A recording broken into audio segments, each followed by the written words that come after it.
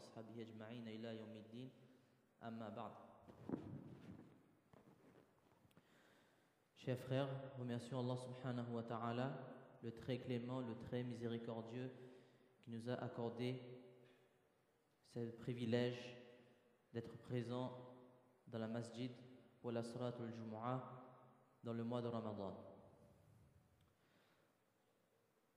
Comme vous le savez tous, aujourd'hui, 7e Ramadan, le temps passe très vite et la journée est très courte.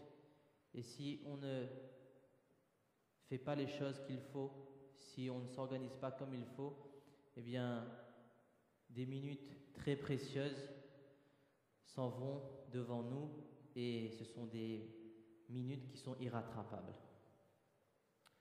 La première chose que j'aimerais exposer, c'est que le Ramadan, avec toutes les vertus qu'il contient, notamment que la première décade correspond au pardon d'Allah, la deuxième décade à la miséricorde d'Allah, troisième décade à la libération du feu de l'enfer, ensuite que toutes les portes du Jannat sont ouvertes et toutes les portes du Jahannam sont fermées, que chaque faraz accompli équivaut à 70 faraz en dehors de Ramadan, etc., etc. Cela nous montre que le mois de Ramadan est un ni'mah extraordinaire, est un bienfait extraordinaire, est une faveur d'Allah subhanahu wa ta'ala qu'Allah nous accorde. Et en plus de ça, on a ce privilège de bénéficier à La Réunion d'un climat favorable et d'un environnement favorable où on a la paix, où on a la tranquillité, alors que, on le sait tous, dans certaines régions du monde, il y a nos frères musulmans qui passent un mois de Ramadan, des fois dans une chaleur accablante, ou bien dans un contexte difficile, pesant, dans un contexte de guerre. Et on se doit de remercier Allah subhanahu wa ta'ala pour ces deux ni'mat-là, le mois de Ramadan et le fait qu'on soit en tranquillité et en paix dans un climat favorable ici à La Réunion. Et comment on remercie Allah subhanahu wa ta'ala? Bien entendu, la première chose qu'on pense c'est de dire Alhamdulillah ou Allah je te remercie, mais véritablement le remerciement d'Allah subhanahu wa ta'ala passe par la reconnaissance de ses bienfaits et par la reconnaissance du mois de Ramadan, et se donner à fond dans le mois de Ramadan, c'est cette façon même de remercier Allah subhanahu wa ta'ala pour le mois de Ramadan. Si cette première semaine de Ramadan, j'ai été un petit peu paresseux, j'étais un peu moteur diesel, ça n'a pas encore démarré, eh bien là c'est le moment de le faire et de se donner, de montrer à Allah que je suis reconnaissant envers ce mois de Ramadan et ses bienfaits à côté que tu m'as donné. Ensuite, deuxième chose, c'est est-ce qu'on a pris en compte la leçon qu'Allah subhanahu wa ta'ala veut nous donner dans le mois de Ramadan à travers le jeûne. En général, on dit que le mois de Ramadan va nous amener vers la piété. La'allakum tattaqoun. Comment? En jeûnant, en se privant de nourriture et de relations avec notre épouse. Cela va affaiblir nos pulsions, va affaiblir nos instincts animaux et va faire naître en nous l'instinct angélique, un instinct pur. C'est là qui va nous emmener à la taqwa. C'est ce qu'on dit en général. Mais il y a quelque chose de plus subtil que ça dans le jeûne. C'est que lorsque tu vas jeûner, depuis l'aube jusqu'au coucher du soleil, et qu'à un certain moment de la journée, tu te retrouves tout seul, et que tu es tiraillé par la faim et par la soif, et que ton frigo est à portée de main, tu as une carafe d'eau à côté de toi, mais tu sais pertinemment que tu ne pourras pas rompre ton rosa, ton jeûne, parce qu'Allah subhanahu wa ta'ala te voit. Et que si personne n'est à côté de toi, personne ne te verra pas, personne ne te fera de remarques, mais il y a bien Allah subhanahu wa ta'ala qui sait ce que tu es en train de faire et ce que tu as l'intention de faire. Donc Allah subhanahu wa ta'ala dans ce mois de Ramadan, pendant 30 jours ou 29 jours, il nous rappelle cette leçon. Où que tu sois, quoi que tu fais, à n'importe quel endroit que tu es, Allah subhanahu wa ta'ala te voit. Dès lors que tu as appris cette leçon, lorsque tu vas te retrouver devant un interdit, quel qu'il soit, tu vas savoir que Allah subhanahu wa ta'ala te voit et que tu pourras tromper tout le monde, mais tu ne pourras pas tromper Allah.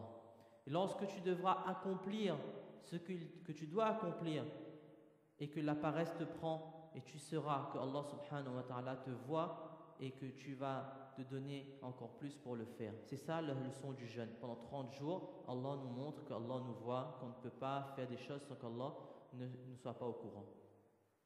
La troisième chose, c'est la leçon du abdiyat, de la servitude. Allah subhanahu wa ta'ala, dans ce mois de Ramadan, il veut nous rappeler que nous sommes des serviteurs d'Allah. Et le serviteur, c'est celui qui obéit à son maître. Comment Allah subhanahu wa ta'ala nous parle, nous montre que nous sommes des serviteurs? Eh bien, tout simplement par le iftar et par le sihri.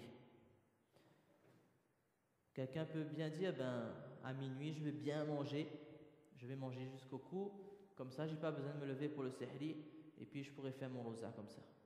Alors que le prophète sallallahu alayhi wa sallam nous ordonne, tasahharu fa inna fi suhuri baraka.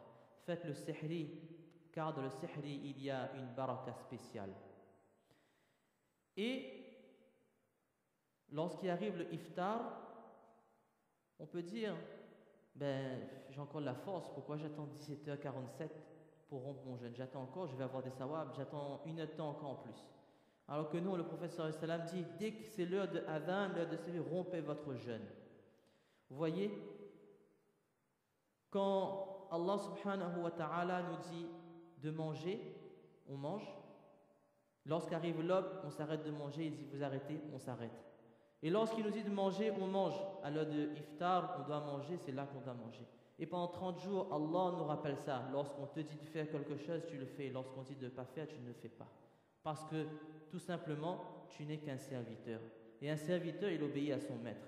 Et dans ces 30 jours-là, Allah nous rappelle que tu n'es qu'un serviteur et le serviteur obéit à son maître. Et c'est ça qu'Allah subhanahu wa ta'ala attend de nous.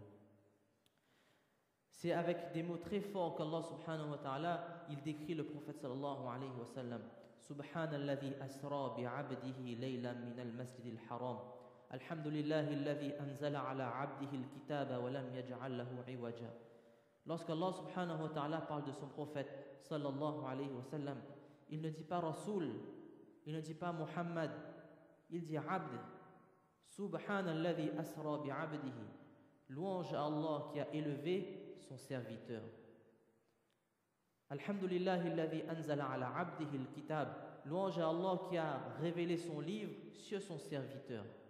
Et c'était ça la qualité qui sortait le plus chez le prophète sallallahu alayhi wa sallam, qu'il avait à chaque instant la présence d'esprit, qu'il est le serviteur d'Allah subhanahu wa ta'ala. C'est pour cela que le prophète sallallahu alayhi wa sallam passait certaines fois toute la nuit en ibadat, toute la nuit devant Allah subhanahu wa ta'ala, à tel point que ses pieds enflaient. Et lorsque Hazrat Aïcha radiallahu ta'ala anha lui demandait, ô prophète d'Allah, pourquoi fais-tu tout cela? Allah t'a pardonné tes péchés présents et futurs. Tu n'as pas besoin de faire tout ça. Et le prophète sallallahu alayhi wa sallam qui répond, Afala akunu abadan shakura. Ne serais-je point un serviteur reconnaissant?